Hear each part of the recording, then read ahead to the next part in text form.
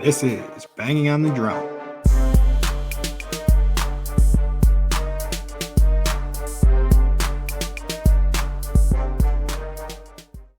It is another beautiful, wonderful, fantastic day in West Central Wisconsin, and welcome in to episode 140 of Banging on the Drum. Please remember to like, subscribe, download, share with your friends, and we would really appreciate that. But as always, I'm your host, B-Dog, joined alongside our other host, M-Dog. And M-Dog, how are you doing today? It might be negative 24 outside, but the piss is hot here in Wisconsin.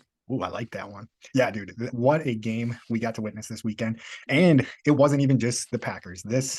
I shouldn't do this. I was thinking this before the podcast is like anytime we start feeling too good about our Wisconsin sports, we get super high on it.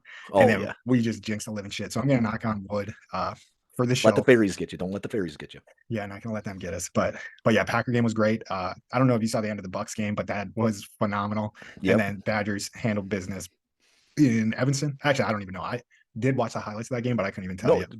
Badgers must have been at home. Okay, they were at home. It was versus Northwestern though. I know that. Yeah, and everybody thinks like Northwestern's probably like this dog shit team. They're not a dog shit team this year. Had the same record as the Badgers coming in. They were 4-1 in the Big Ten though. Yeah, and from what I remembered, so I was distracted. I can't remember what was distracting me, but I had the game recorded, so I put it on because I couldn't wait for the Packer game because there wasn't a game till 3:30 on Sunday. So I was just trying to figure out ways to kill time. So I put that on. But I don't know. I was probably just on my phone, just farting around while watching that game. But it seemed like it was close early, and then the Badgers ended up pulling away. Bucks game, on the other hand, after the Packers game, goes to OT versus Sacramento, and Dame hits that absolute dagger at the end of the game, down 2 with no time left on the clock. So pretty awesome week in Wisconsin sports. But is it a win-win-win? I think we had a win-win-win in the we're not gonna season. Yeah, we're not gonna do that episode again because I'm pretty sure after win-win-win turned it into shit. Loss. Yeah, basically turned it right around. But we're not superstitious though. We're only a little stitious. I think I'm like medium stitious at least. Stitious. Like I'm pretty stitious, like quite a bit stitious, I guess is how I would put it. But that we're here to mainly cover the Packers game today. Like we've been saying in the last couple episodes, we'll dive more into our Badgers basketball. Mike's wearing a Marquette shirt over there. Maybe we'll even scrape in a W today, I believe too. Yeah, but yeah, we'll start doing more of the college basketball and NBA, as in Badgers, Marquette, mostly Badgers, a little Marquette, and then quite a lot of Bucks. That's going to be my assignment once the season's over, is just keep up with the Bucks. But are you ready to get into this Packer game? Let's do it. You got to give me a timer ready. So I got to get timer's ready to go. Ready, steady, go. All right. So Packers start out this game, just drive right down the field. Cap this drive off a 3-yard run. Aaron Jones for a touchdown. Then they come out, hold Dallas to a 6-and-out, make them punt. Packers then punt again. And then on the next drive, Jair Alexander picks it off, puts Packers in good position. Packers cap that drive off with another Aaron Jones 1-yard touchdown run on there. Then they hold Dallas to a 9-play drive. Dallas ends up punting. Packers get the ball we won't even see what it's a 93-yard drive, 10-play 93-yard drive, capped off with an absolute dime to Devontae Wicks, 20-yard touchdown pass there. Next Cowboys drive ends with a pick 6 from Darnell Savage, takes to the house. Packers kick it off. This is going into halftime, end up giving up a 12-play 55-yard drive. Big thing there, special teams didn't look too great, gave up a big kick return, and then Dallas caps it off with a touchdown pass to Jake Ferguson. So our Wisconsin boy was the only guy that was burning us in this game. Second half starts, Packers kick it off to Dallas. Dallas puts together a 12-play drive, 60 yards, capped off with a field goal. Packers respond well with a 5-play, 75-yard drive of their own, capped off with yet another touchdown run by Aaron Jones. This is when the Packers defense probably softened up a little bit too much. So next Dallas drive was an 11-play, 88-yard drive, capped off by another touchdown. Or no, this is the Tony Pollard 1-yard run. Is that right? Yep. And this is the one where Dallas missed the extra point. Tried to go for 2, got a penalty, got pushed back, missed the extra point. But then the Packers come out and respond yet again. Common theme in this game. They were just fucking doing whatever they wanted to the Dallas defense with a 3-play, 75-yard drive. Huge pass to Musgrave. Musgrave stays on his feet. Play action looked like it was like a cross to a wheel route. Beautiful play call. Musgrave was wide open. Love didn't even have to make a good throw. He didn't really make a good throw on that one, but Right. Musgrave came back for the ball, caught it, and had all that open room to run for a touchdown. Then the Packers hold Dallas to a turnover on downs. So 5 plays, 16 yards, get them off the field on 4th down, and then get another touchdown. This was the touchdown to Romeo Doubs on 4th and 2, which was kind of a ballsy call right there where you think you could take the field goal, but Love ends up just threading an absolute dime into Romeo Doubs. Cowboys respond with a 11-yard, 11 play, 75-yard drive with a touchdown, another touchdown to Jake Ferguson. Packers punt. Cowboys get a 4-play, 91-yard drive with a touchdown to Ferguson. Packers punt again. Dallas turns the ball over on downs. That is the end of the game. What do you got me at? Clock me. 3:54. Mm. But no, so I'm gonna give you this. I think that is legitimate. That's a legitimate, like, quick. You did it just the way we want. The Packers just scored more than they ever have in this game. Yeah, 48 points, man. And yeah, they just did whatever they want. Romeo Doubs. Wow, I cannot talk tonight though. Romeo Doubs seems like a absolute like zone breaking genius right now, because it seems like anytime a play breaks down, it's Romeo Doubs like wide open in some kind of zone, or I don't know if it's a zone, but like he finds the hole in the zone, and it's such a relief for Love, you would think, because he doesn't even have to make great throws all the time, because Romeo Doubs is just finding these holes in the secondary. Honestly, the Packers offense currently looks like they are playing college football. That's how wide open the wide receivers are. It is insane how wide open they are getting. Yeah, and I guess you got to give a lot of credit to LaFleur. I would assume that that's who's scheming up like all these plays where just we had the touchdown to Musgrave wide open, bunch of plays to Dobbs wide open. I can't think of like any more. But then again, when we don't have somebody wide open, it seems like Love is figuring out a way to thread a needle and get it in there. The touchdown to Wicks was beautiful, and the 20-yard touchdown throw or 25-yard throw, because that's a 5 yards straight in the end zone too. Yeah, and you drop back. So I mean, oh yeah. So in the Dobbs one, I don't even know how it like got through there. That's a tough throw. Like the Wicks one was definitely prettier, but the Dobbs one seemed to even be harder because like one, there's the pressure there that it's 4th down. I guess the pressure, like we were up so much that it didn't seem like it mattered. I guess it would have turned this game into a 41-32 game. So that's there, but like but not at that point, right? So like they were up 32, and Dallas scored 16 unanswered. Yeah, and so true. Like they're up. So the officials called this a shootout, or not the officials, whoever was calling the game, Olsen and I don't know who else, called it a shootout. And I said, this isn't even a shootout at all. Like this is like somebody got ran out of the fucking gym. This is not a shootout. Is like it goes back and forth. The Packers gave up with 10 minutes left in the 4th quarter, and Dallas got 2 extra drives. I think they had the ball 3 times and ended up with 16 points to end the game, right? I would like to see when most of CeeDee Lamb's yards came, because I feel like it was in that 4th quarter, like when the game was basically over, because it seemed like the Packers did a very good job with CeeDee Lamb. Only guy that was out there really making plays for the Cowboys consistently was Jake Ferguson, right? And he was making some pretty spectacular plays, but yeah, it didn't help. Packers firing on all cylinders. Like this team, if they play like this, they're going to be a tough out for anybody.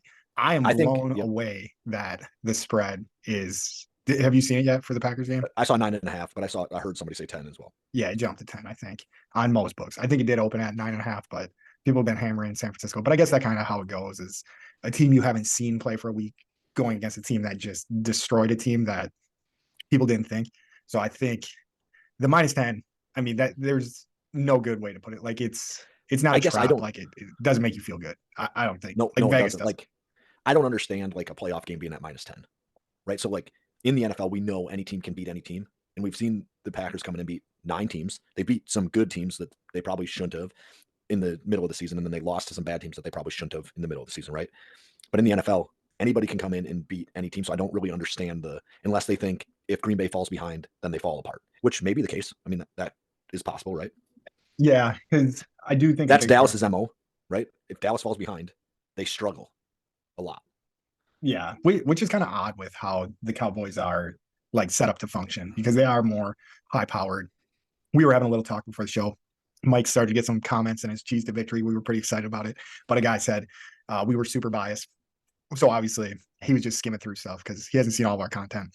If he would have seen all of our content, he would know that we are 100% biased. But I thought he he had some decent points with Dak. He is I kind like of Dak. he's kind of overlooked, I would say. So I would say, yeah, he's underrated a little bit, but then when it comes to a game like this, it just seems like he's kind of properly rated. I mean, he was 41 of 60, 403 yards, 3 touchdowns. He did throw 2 picks. That pick by Alexander, though, was a hell of a play by Alexander. Like And the other one was a terrible throw. yeah. And then there was the one where Devondre Campbell probably should have picked it off. I think it was Devondre Campbell that it was Yeah, it thrown was. like right to, and didn't get picked off. So I guess the 2 picks are right on par.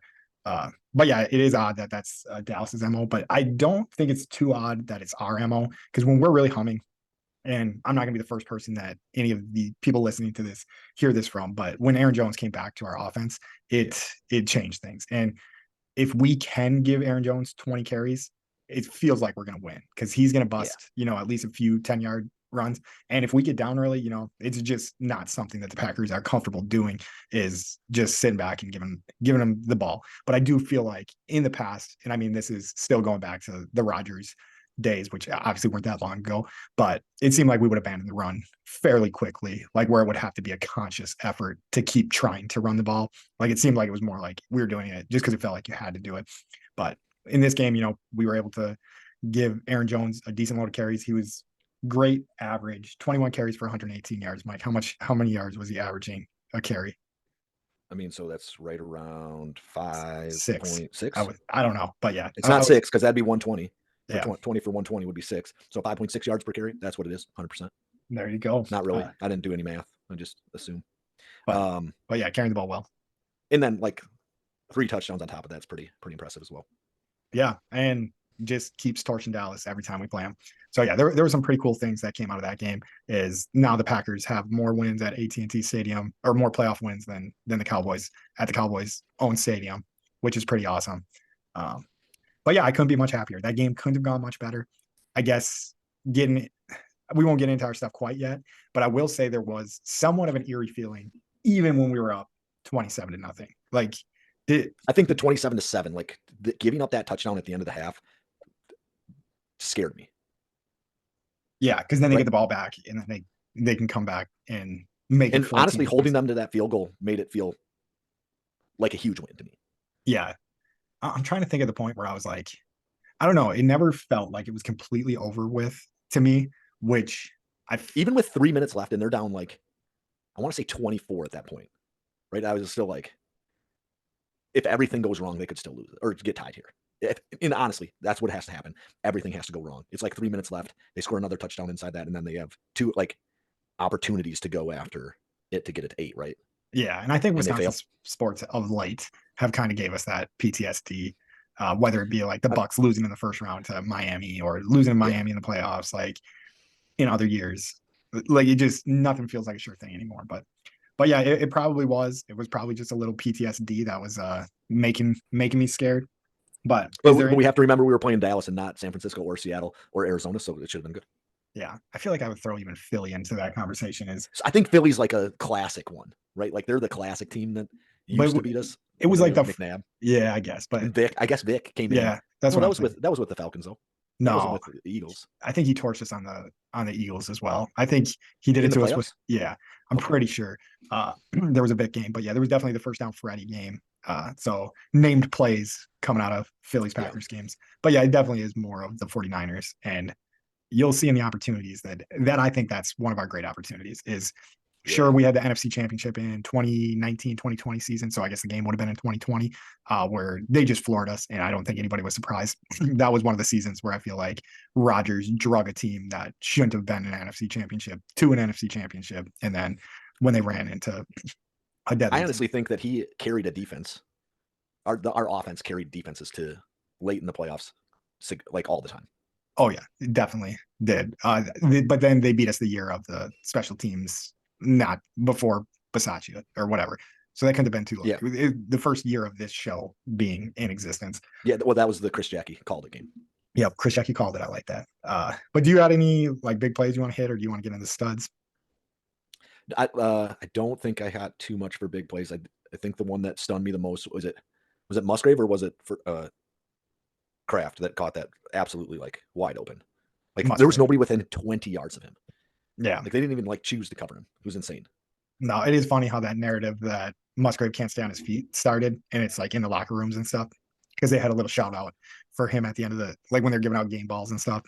I don't know if you saw that, but they were like, and Musgrave stayed on his feet, and then the whole team started cheering because Yeah, he finally finished one off. right. So and then there was a stat that I saw, and I don't know that it's 100% true, but it feels very true. Um, Maybe wide receiver one and wide receiver two. Or wide receiver one and wide receiver three. We can put it in those terms. One catch for 9 yards. Yeah, definitely. Watson and Reed combined, one catch for 9 yards, and we put up 48 points. I would definitely Stunning. say going into this game you would call them 1 and 2, but if you've been watching the Packers at all this year, you really know that it's just a rotating cast of who's going to be number one that game, Yeah. or 1 and 2, because definitely this was Dobbs was the one this game and Wicks was the two. But honestly, looking at the stat sheet though, Dobbs had 6 catches, Musgrave had 3. I don't need to go down the whole list, but nobody really had like so Dobbs definitely had the lion's share of the catches, and then it was just 3-2-1 for everybody else in the game. Uh I guess it does get hard to talk about when it was a game that just goes this well and it's not any little plays. But yeah, if anything I had to say, I think I'll get into when we get to our SWOT, strengths, weaknesses. Do you want to do the studs of the game? Yeah, so we're going to throw out Packers studs of the game. We're going to start off with Jordan Love, 16 for 21, 272 yards, and 3 tutties. Excellent game. Did exactly what he needed to do. Played clean. Didn't have like a ton of attempts or nothing like that, especially for like a score of 48. Next up, we got Aaron Jones, 21 carries, 118 yards. Also has 3 tutties. Pat wants to say something here. One thing I thought was kind of crazy was the 157.3 passer rating. I didn't write it in there, but Yeah, I highest didn't even necessarily see that. highest for Malafleur said it was the highest for any Packers, but I'm pretty sure Favre, after his dad passed away, had the 158.3 or whatever the perfect one I'm pretty was. sure Rodgers has had a perfect game too, but not in a playoff setting, I bet. Yeah, it might have been playoffs. Sorry, that I forgot to put No, that in no, there. very impressive, right? Romeo Dobbs, 6 receptions, 151 yards and a touchdown. Excellent game from him. And it seemed like every play he was making was in a big time moment too. And then we'll get on the defensive side of things a little bit. Alexander, 7 tackles, a pick.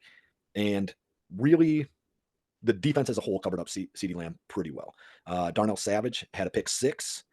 I did think Nixon had a big game. I think he had a sack in there as well. Oh I'll yeah, throw him on top of that a little bit. And then basically the entire defense played well. And we've been doing this the last 3 weeks, but it was the Vikings Bears, right? So like, is that great? I'm not sure. But 4 sacks and then big stops on 4th down, right? So we didn't have the picks the last few weeks, but we have been attacking the quarterback pretty consistently. I want to say probably since the Panther game, but I didn't consider any of those 3 games like, oh my God, like yeah. this No, offense is great and we did this to them. I do think the Cowboys offense is good, right? I think they have a plus offense, and the defense being able to do what they did is impressive. yeah, no, awesome game. But yeah, you're right. Keyshawn Nixon definitely had a good game, and I feel like he broke up a pass for CeeDee Lamb, had a sack, and he actually led the team in tackles with 11. Him and Quay Walker both had 11 tackles, but Nixon had 7 solo tackles, and that's what I've been preaching all year long. That's my boy. I think that's my favorite player on this team right now Yeah, and is Keyshawn I do Nixon. believe that he's a crazy person, right? Like, and that's part of the reason that he's good. It's also part of the reason that he fucks up sometimes. We've seen a couple. We had a couple games where we were like, "What is he doing?" Right? Yeah, a couple plays here and there, but like you But said, let's be fair. He it's was never supposed to be on the field with this team, not defensively. He wasn't supposed to be on the field defensively with this team. no, I don't think so. I think his whole spot was Rich Bisaccia saying, "Hey, we need to keep this guy because he can make tackles on kick Special returns teams. Yeah. and he can bust one." And still hasn't quite hit pay dirt this year, but I think that's coming. I definitely think that's coming Ooh, at, yeah, that'd at be some good. point. So, but yeah, pass rush. I want to say we're averaging. We sacked the shit out of Justin Fields, but we did mention in that show is some of those sacks he kind of sacked himself. So I This think it was one, 5 against Fields. So it's not like it was significantly more. yeah. So 5 against him, 4 against Dak, and then I can't remember what it was in the It was big in Vikings the game. Vikings game too. Like I want to say 4 sacks and like 14 hurries is what I had written in there when I changed it for the Bears game for Cheese to victory. Yeah. So just a great game by the Packers. But let's get into strengths, weaknesses, opportunities, and threats. So this is another one where I'm gonna have to nitpick the weaknesses and cut out some of the strengths because it was just that kind of game. Like everything was strong. So first strength I have, Question for you before we get going on this. Did we win the toss or lose the toss? I can't remember who won or lost the I toss. think Fox was out at the beginning of the shit, and so I don't even know who did it. But like, um, at least on our end, And so I was wondering, like, if we chose to be on offense or if they chose to be on defense. Yeah. It doesn't I matter. I think we have been. I mean, it is kind of a good point, but I feel like we have been trying to figure it out recently because I think a team that like fully knows their identity is like, hey, we're playing defense. If we win the toss, we're playing defense or we're playing offense. If they're defensive, right? So, but like, That's what I'm saying. So, but and we're not that's that. but yeah, but to maybe not to your point, but that's what I was saying is I don't think the Packers knew if they were defensive because it was definitely when Alexander did it. He said we want to play defense. Yeah, but that's against a different thing, right? A Like, different so team. if you have strategy, like a terrible team, right? You come out, you get a stop against the Panthers. Like everybody expects you to get a stop against the Panthers, right? Where like you come out and get a stop against the Cowboys. I don't think everybody expects that. But if I don't know, I feel like we were probably sitting in the catbird seat with that coin Yeah. toss, right? That Dallas wanted to play defense because they thought they could stop us, and we wanted to play offense because we thought we could run it down there or like push it down the field.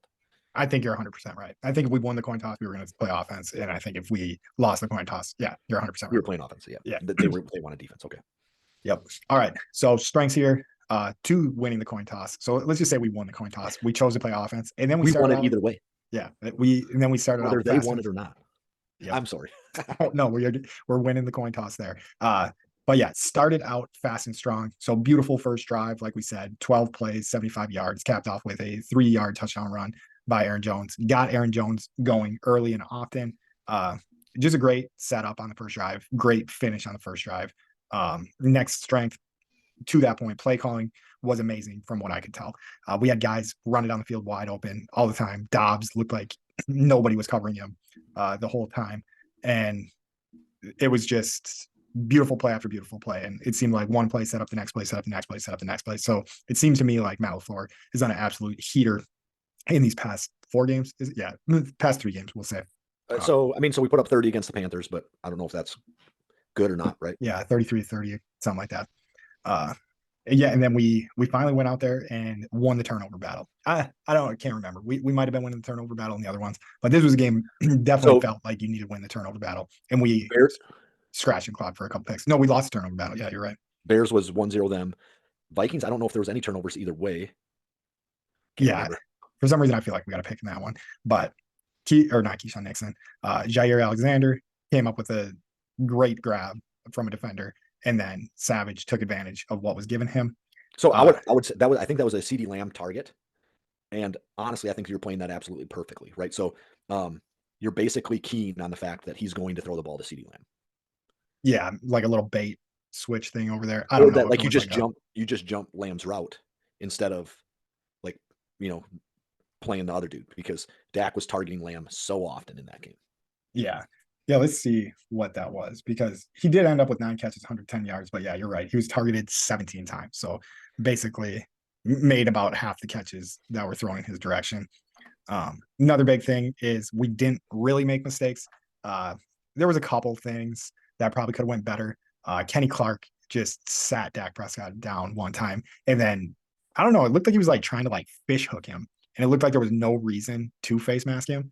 But that's about the only mistake that I could really see. Because the other one I want to say was a defensive holding on Nixon, but it was on the 2-yard line where I think Nixon was smart enough to be like, hey, like, if I don't do this right now, he's going to be wide open and be able to score. I don't know if that was quite the case, but it seemed There like was also the that was horse collar mindset. tackle. But yeah, which that wasn't. Yeah, that was bad. Bad call there. But yeah, the only one that really was glaring to me was, and it wasn't even really that glaring, was the Kenny Clark thing where it was like, it looked like it could have been clean if he wanted it to be clean. It looked like he gave him like a little something extra or something for. I think linemen, both offensively and defensively, they're just like angry, like pissed off, like dudes that want to hurt people. And so, like, if you get caught in the moment, you're fucked. Yeah, because he was kind of like ripping the inside of his helmet, and you're like, because at first you're like, no, he's basically sitting down, and it was like almost after the play, he pulls on his helmet.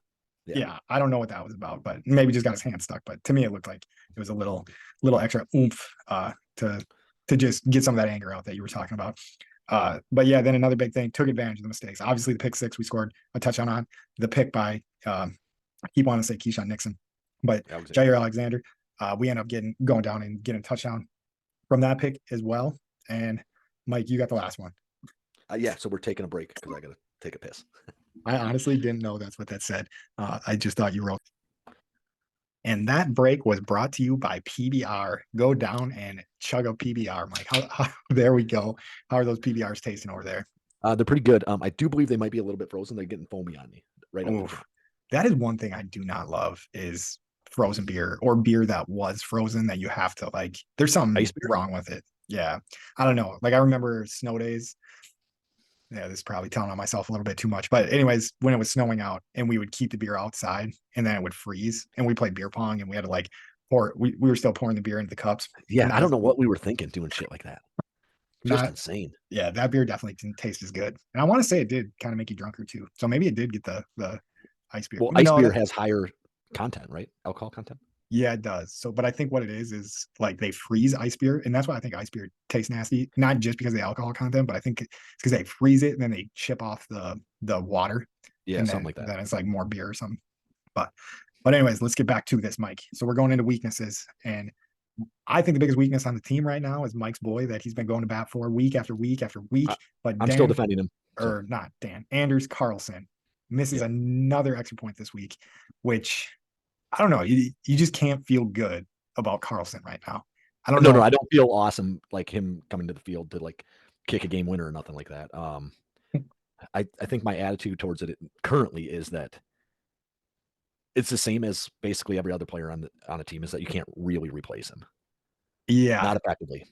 No, I mean it is too late And now. so and to be fair, like right now there is like this point where you can still take Crosby and plug him into this team and he'd be just fine. Right? Maybe not even you can't even do that now because he was on the Yeah, I practice don't know squad of the how team. I don't the know how that would work. However, like in the long-term scheme of the Green Bay Packers, Crosby is done kicking for the Packers, and that's why they didn't bring him back. Is because if you bring him back and cut this guy, you absolutely have to move on from him. yeah, I don't think Like that's necessarily true, but it you can't probably hold is. two kickers; you just can't do it. But like you said though, Crosby's on the practice squad. But I mean that goes into like a whole different level of stuff because I'm pretty Yeah, sure the people teams carry on their practice squad, they actually do enjoy to have on the bill in the building. Not even from I mean, they're probably super spectacular athletes, but I bet you they also fit the bill for something else. Is like, hey, they're good dudes like to have on your team that aren't going to cost shit that yeah, will you like sign up for it. It's like, hey, we'll just show up in practice and that's all we're going to do. yeah. And so, like, I guess I would assume that Goody is like thinking long term in the kicking game, and if that's the case, you're going to let this kid grow. Yeah. No, I mean that's where we are now. I think you're right. Like it's too late to make a switch, even if you wanted to. And but yeah, that's our kicking talk. We've been spending too much time on that dude for missing extra points. But quit doing that, Carlson. Yeah, Well, quit missing fucking extra points. You were in the dome. You shouldn't have missed this week. yeah. Like next Hit week, it, you're outside. Like, okay, I get it. You missed a couple. No big deal. but hit a When you game win, winner and we'll forgive you. I forgive him already. I'm not too worried about it. He's going to be the kicker next year. Otherwise, they would have already cut him. All right. So you already got Mike's forgiveness. I need to see something from you. But the other weakness I have is it felt like we got conservative early, or the defense felt like it went soft a little bit early. And I do think that's our defensive coordinator, who we've been calling for his head for a while. We try to give him the benefit of the doubt. I feel like this game finishing within a 2-score range, granted it was 16 points, so the largest 2-score spread that you can get, was too close for what we did to this team the whole game. So, I agree. uh, but yeah, it's tough to say because I mean they won it so convincingly, but it felt like we could have the first touchdown. There was the whole false start thingamajig, so maybe that Doesn't should matter. You yeah. shouldn't. You should have. That should be probably the most important drive in that whole game. At that, like, at that point, like getting a stop there, going into the half at either 27-3 or 27-0 would have been phenomenal. Like that makes you feel like there's no chance they come back. I agree with that. But yeah, Now it that's was not accurate. Like we watched the Patriots come back 27-3 midway through what, like the third quarter or something. But yeah. I thought that he fucked that up. Like you don't let somebody score right at the end of the half. Like I believe that's like game changing drives, those two, right? Like making Yeah, stops at the half or not making stops or like scoring at the half. yeah, and you would like to think too that you'd play the whole game like it was tied from a defensive standpoint, but I think definitely in the first half for sure is Yeah. like you just try to give up no points, but that wasn't purely the defense like I mentioned in the breakdown. They did have like a 40-yard return or some shit like that. Like it was a And big then they had return. a bad So penalty. That was the bad penalty too, right? Like that was that horse collar on that one. yeah, I think And that put him right. on like the 30, like right out the jump. So yeah, that it somewhat defensible, but I mean, like I said, I didn't nitpick to find too many weaknesses. I found two weaknesses. That's where I decided to nitpick that one. I would We'll agree. move. I thought right outside, like the first drive of the second half, it already looked like he wanted to start playing super conservative and just kind of give cushion and I mean, they did hold him to a field goal, which is good, but it felt like the old Joe Barry, the first drive in the second half to me. Yeah, yeah, it wasn't good. It could have started out real bad if they end up getting a touchdown there, because they do end up getting. So they scored 25 of their 32 points in the second half. When the defense decided to go soft. So yeah, I thought that could have been cleaned up.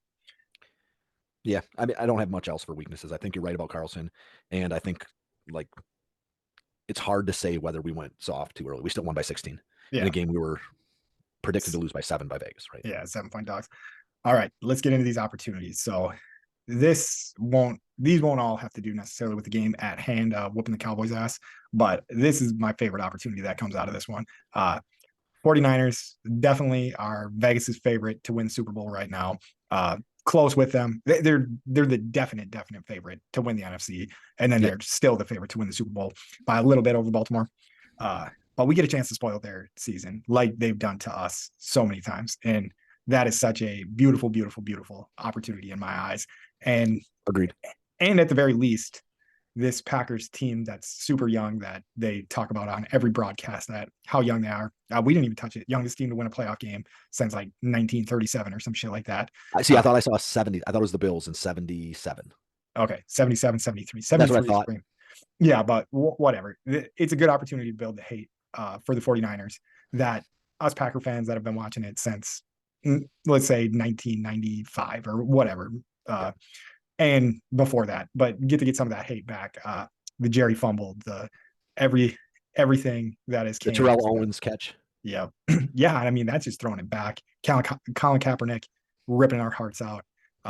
Packers special teams shooting ourself in the foot, but 49ers being able to capitalize on that, allowing the Rams, probably the shittiest team to ever win the Super Bowl, to get past them to go to the Super Bowl and win it. But yeah, I think 49ers are probably, I mean, the Vikings are definitely my least favorite team, but I want to say the 49ers are creeping up on the second least favorite team in my book. And that's because they kind of have our number right now. And this young team, win or lose. For me, it's Seattle. I fucking hate Seattle. Hate them. Mike can't get over the Fail Mary. the Fail Mary. Yeah. I mean, there's other shit with Seattle too. Like we lost an NFC Championship game to them when we were up, 14 points, something stupid. It was like the Bostic game, for lack of a better term. But yeah, so great opportunity to get this playoff experience. I think if they play like they did against Dallas, they got a shot to beat them. And I'm looking forward to this game. So that'll be fun. Next opportunity that I have is more of a question mark because I don't know the answer to this, but I feel like AJ Dillon should be good to play by then, or maybe that neck I think he's injury been limited in practice a couple times. So maybe not. But either way, like if Dillon is able to come back, that'd be great. That's an opportunity. Like the longer you play, the more opportunity you have for all your people to be back. Yeah. So him getting a chance to come back. We'll throw Watson into this too, because this is kind of a stat that Mike pointed out. So we had Jaden Reed, who had no catches, Watson, who had one catch, and who these guys could be considered our 1 and 2 receivers, basically got shut out. Yeah. Basically got shut out in the game versus Dallas. So you know that those guys want to step up and make a play for the team. And I think that's just such a great opportunity is we have two animals to just unleash on the 49ers that are going to want to make a play. Yeah. And so like I was kind of taking a look at the Packers wide receiving core, right? And honestly, we got seven dudes that like I'm 6 dudes. I think that like I'm comfortable throwing the ball to every time. And then you also have Musgrave and Kraft, who I'm also comfortable throwing the ball to every time. So you got Watson, Reed, Dobbs, Wicks, Heath, and Bo Melton. And there's one more, and I'm missing him. Maybe we only got 6. Maybe we only got 6. And we have they sat Heath this week. Yeah. Right? Just healthy scratch because we're all healthy for the first time. And then you have Musgrave and Kraft, who are both good. That Sims is not terrible. Yeah, he's kind of your sneaky guy. Like he reminds me of you put him on the field to block like a bunch of times, and then you just leak him out one time, and that's like his touchdown. It's like the back when like it was a long time ago, but that Mercedes Lewis last year and previous years, it seemed like he would always catch one touchdown, and he would always just be wide open because they were like, oh, they just brought in their extra left tackle or right tackle, so he's not getting the ball. So yeah, I think good opportunity with that. My super biased opportunity is I think Nixon's due for a touchdown. I think he's due to bring one back. I think the last playoff game versus the 49ers being just a special teams disaster, I think it's just a beautiful setup for Nixon to rip their heart out by returning a kick in this game. And that's my bold prediction. Nixon's going to score a touchdown in the next game. Special teams is going to win this game for us instead of lose it for us. I like that. Yeah, that's kind of what I'm going with on that I'd one. like that a lot. And then my last one, another slight to Carlson. I'm sorry, I've been hammering you a little bit too much, Kill him. but with this is a dumb one. With the like extra point percentage, we could just decide to start going for 2 every time, and I think that would throw a team off. And honestly, with as many weapons as you just said that we have, and that's really what we have, I think if you go for 2 every time, by the very least, you get it half the time. So if you're scoring 2 touchdowns, you're getting 14 points. But say if you go into a 49ers game where you're a 10-point dog, you score a touchdown, you go up 8-0, you score another touchdown, try to get it to 16, and maybe at that point it's 16-7. It gets a little lopsided. So that's my dumb one. But I think I don't hate it. I just like I don't know if it works. Yeah, no, I have no clue. I highly doubt that that's. I mean, to be fair, I do think that tight end like block and then so roll out the quarterback, block with the tight end. Nobody ever stops that. Feels that way, doesn't it? Like it feels like every time they run it, it's like that should be the go-to 2-point conversion play, and nobody ever stops it. Yeah, and I think in Musgrave or Kraft, we got a guy that can do it. But I definitely think Ferguson's a different type of dude. Like I think they just ran it in the Philly game before we started rolling. Just now ran it. No, it's a pretty good play. Yep. But threats, and then we can get you guys out of here. So threats, defense turning into a pumpkin. So we've definitely seen our defense play a couple good games this year, and then we've seen them just flip the switch and absolutely suck. I guess opportunity and threats are more of like a future thing. I think that's pretty normal. But yeah, if we can't stop Christian McCaffrey and San Francisco's running game, we're going to be in for a world of hurt in this game. Another threat, Alexander got nicked up in some way, shape, or fashion. So I think to some extent, like he was injured all week, and then like we're up so big, maybe you just are saying we're not going to risk you. We're going to bring you back next week. We see that you can play, everything's good, but hopefully he's back. No, I think you're right. I think, yeah, it was at the point in the game where he got hurt, where it's just like not worth the risk anymore. And then the last threat is hitting Carlson one more time, having to make a big kick to win a game. But I'm going to trust him. I'm going to be nervous, but it is what it is. I'm cheering for him.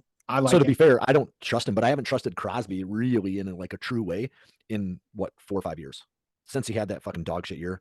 Like I didn't know Crosby was just going to lock it in and be fine. I didn't know that. I think within 50, I felt pretty good about Crosby. I mean, Crosby had a year where he missed just as many kicks as this guy has, right? I don't think so. Maybe not quite that many, but he was like 10 years into his career when this shit happened. He's missed 6 extra points. I think he's like in almost like record-breaking territory of missed extra points in a season. Yeah, he has not been good at extra points. He's got to practice those a little bit, is all. But we're fine.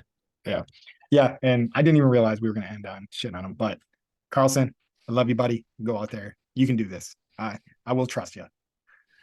But yeah, we're trusting you. We don't have any choice but to trust him, right? Like it is what it is. Like we can just get pissed when he misses. That's what's going to happen. And if we lose by 1 because he's a fucking clown, maybe he gets cut and maybe he doesn't. But I don't think the Packers are like out on him. Otherwise, they'd be gone. He'd be gone. I assume that they're going to let him grow. Yeah, that's where we're at now. But yeah, I wanted to end the show on something positive, but let's just go out there. I'll end the show on something positive. 48-32. 48. Go, Pack, go. And that's not how we end the show. Else I would have known to end it right there. But we appreciate your support. We love you guys. Yeah, we don't. This is just not the way we end the show. That's why, right? And Mike, how do we end the show? Well, put your spiel out there. We put it out at the beginning. Let's do it again. All right. Thank you for the support. Like, share, subscribe, download. We appreciate you. We love you. And Mike, put it on all your devices. And if you're doubting the Brewers, the Badgers, the Bucks, or the Packers, you can eat our shorts. Roll it. All them suckers that doubted the Packers can't need my shows. All them suckers that doubted the Packers can't eat my shows. Beat them. All them suckers that doubted the Packers can't eat my shows.